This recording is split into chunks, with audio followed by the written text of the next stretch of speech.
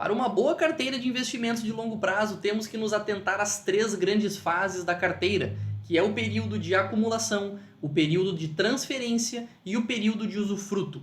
Vamos acompanhar no detalhe cada uma delas nesse vídeo. Meu nome é Guilherme Anoni, do Para Sempre Investidor. Seja bem-vindo a mais um vídeo aqui do canal, onde eu trago conteúdo de finanças, investimentos e a forma que você lida com o seu dinheiro de uma maneira muito fácil, prática e inteligente.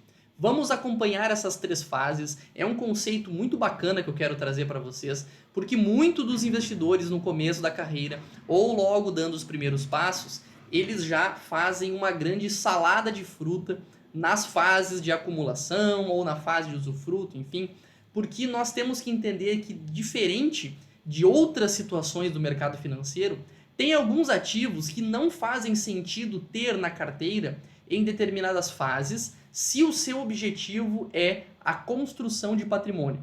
Por que eu digo isso? Porque se você justamente quer construir algo, não faz sentido você colocar um ativo, por exemplo, de renda fixa na carteira, ou aquelas boas empresas de pagadoras de dividendo que vocês tanto adoram, porque esse tipo de ativo, ele não paga um patrimônio no futuro, ele simplesmente paga todos os meses a sua cota. E naturalmente por isso que o seu dividendo é elevado ou por isso que existe renda mensal, como no caso dos fundos imobiliários. Então, vamos entender cada uma dessas fases agora e eu vou depois dar exemplos com gráficos aqui. Pegamos o período de acumulação. Então, se você decide construir patrimônio, é justamente algo que nós queremos botar uma semente e falar assim, agora é contigo, cresça, multiplique, vire exponencial e lá no futuro nós vamos ver o que acontece. Então, nesse período, não faz sentido você justamente focar nas empresas pagadoras de dividendo. Não faz sentido você focar em fundos imobiliários, porque isso, como eu falei agora há pouco, o que acontece? Quando você tem um fundo imobiliário, ele te paga todos os meses um yield, né, ou um dividendo elevado naturalmente. Por quê? Porque esse crescimento do fundo imobiliário ele é dividido todos os meses nesses pagamentos. Diferente de uma empresa que às vezes fica anos sem pagar dividendo, porque justamente ela está acumulando lucro, acumulando novas empresas, adquirindo novas pessoas, fábricas, máquinas e construindo novos produtos. E consequentemente aquele seu valor ele cresce de uma forma muito mais rápido do que um fundo imobiliário ou do que uma empresa pagadora de dividendo de um setor elétrico, que ela não consegue triplicar de tamanho do dia para a noite, ela depende de leilões, ela depende de concessão de governo. Então, enquanto um outro tipo de empresa pode sim, com uma tecnologia nova, ter uma situação disruptiva e crescer. Então, nessa fase de acumulação, você deve estar focado nesse tipo de empresa. Você deve ter ETFs na carteira que compram o mundo inteiro de forma global, porque você vai ter a sua exposição a essas empresas garantidas. E, consequentemente, essas empresas pagadoras de dividendo ou empresas do setor imobiliário vão ter uma participação muito pequena no começo da carteira. E isso é a forma correta. Porque, novamente, como eu falei, estamos construindo algo.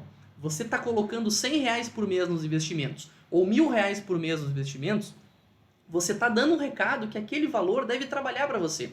Você não pode colocar R$1.000 por mês achando que para o próximo mês você precisa ganhar 1%, 0,5% daquilo para poder pagar o seu aluguel ou para poder se alimentar. Então, invista menos, invista 500 e não espere isso, porque eu tenho certeza que essas fases fazem toda a diferença.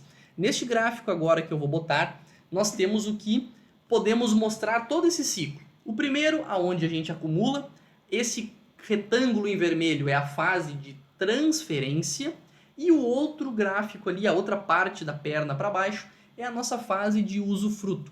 Então note que você, desse exemplo aqui que eu dei, você começa com 34 anos, investe por 60 anos, investe por 30 anos, perdão, e você atinge R$2 milhões aos 64 anos.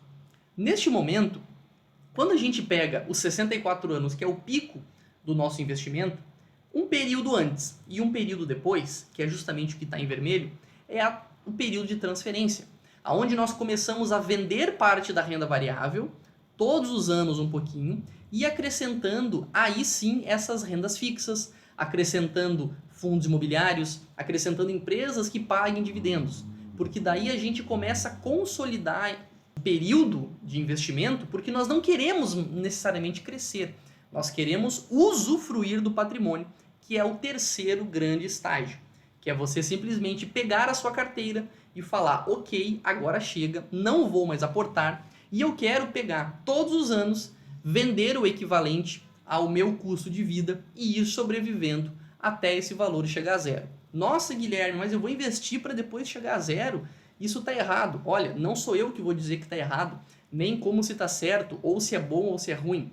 Investimento é uma coisa 100% pessoal. Se você está começando a investir e quer buscar esse objetivo de adquirir o patrimônio e depois consumir tudo, tudo está perfeito, está tudo show de bola. Se você quer constituir o patrimônio e depois manter ele flat, como nós vamos ver no próximo gráfico, e ter um rendimento menor por ano, mas manter o patrimônio, tá tudo bem, não existe certo e errado. Busque o que é melhor para você, correto? Então, nesse exemplo aqui, a gente percebe que você investe durante 20 anos, ali dos 34 aos 54, na mesma estratégia e depois começa a adquirir renda fixa, vendendo um pouco da renda variável. Depois, quando a gente vai falar de uma segunda metodologia, é a metodologia que você quer acumular esse patrimônio.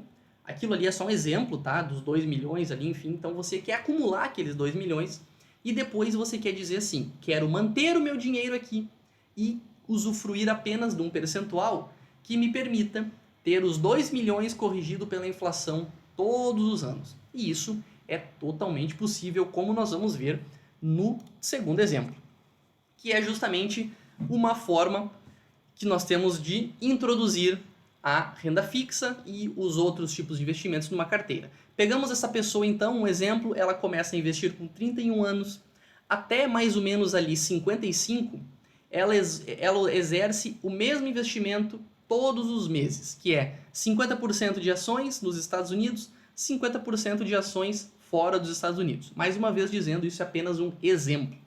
Dos 55 até os 65, nesse período de 10 anos, ela começa a introduzir aqueles ativos que estão no canto superior direito. Ela começa a colocar fundos imobiliários, ativos pagadores de dividendo, que são os high yields. Ela começa a colocar um pouco de tesouro nacional ou ativos de renda fixa. E ela começa também a ter um pouco de dinheiro guardado, seja em conta corrente ou em outro local. Por quê? Porque isso vai segurar a volatilidade da carteira dela. E depois de 30 anos investindo 100% em renda variável, ela agora está no seu período de usufruto com 40% em renda fixa e ativos muito menos voláteis e somente 60% em renda variável. O que essa situação garante com que ela tenha um padrão flat para o resto da vida, como eu digo. Saques de até 2,5% a 3% mais ou menos garantem com que o seu recurso seja mantido e com que você usufrua deste valor. O exemplo é, por exemplo, assim, dos 2 milhões que você adquiriu naquele período, você consegue sacar, por exemplo, 3% disso, que é o equivalente a 60 mil reais, o que dá 5 mil reais por mês. Então você sabe que adquirindo um patrimônio de 2 milhões, você consegue viver, usar 5 mil reais por mês, todos os meses por resto da sua vida, e ainda terá os 2 milhões sendo corrigido pela inflação todos os anos. Então, se 60 mil reais você sacou no ano 1 do período de usufruto, no ano 2 de usufruto, a tendência é que você saque 60 mil e alguma coisa. Depois, no outro ano, 62 mil e alguma coisa. Você sempre vai estar tendo a inflação lá na frente. Então, quando a gente entende essas 3 fases, é muito mais fácil localizarmos a nossa carteira, né? Naturalmente, talvez todo mundo que esteja me assistindo, ou vasta maioria, esteja no período de acumulação, como eu também estou. Então, nós temos que prestar atenção somente nisso. Não faz sentido cair nesse papo de que é bom investir e ver o dividendo cair todo mês na sua conta. Isso é somente se você quiser falar assim, não quero construir um patrimônio grande lá na frente. Talvez você já tenha, ou talvez realmente não seja o seu objetivo. Mas se você quiser construir patrimônio, você deve excluir esse tipo de ativo.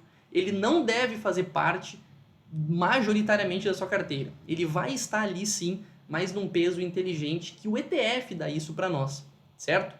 Então eu quero que você encaminhe esse vídeo para algum amigo, alguma pessoa que precise ouvir isso. Agradeço mais uma vez toda a atenção de vocês aqui.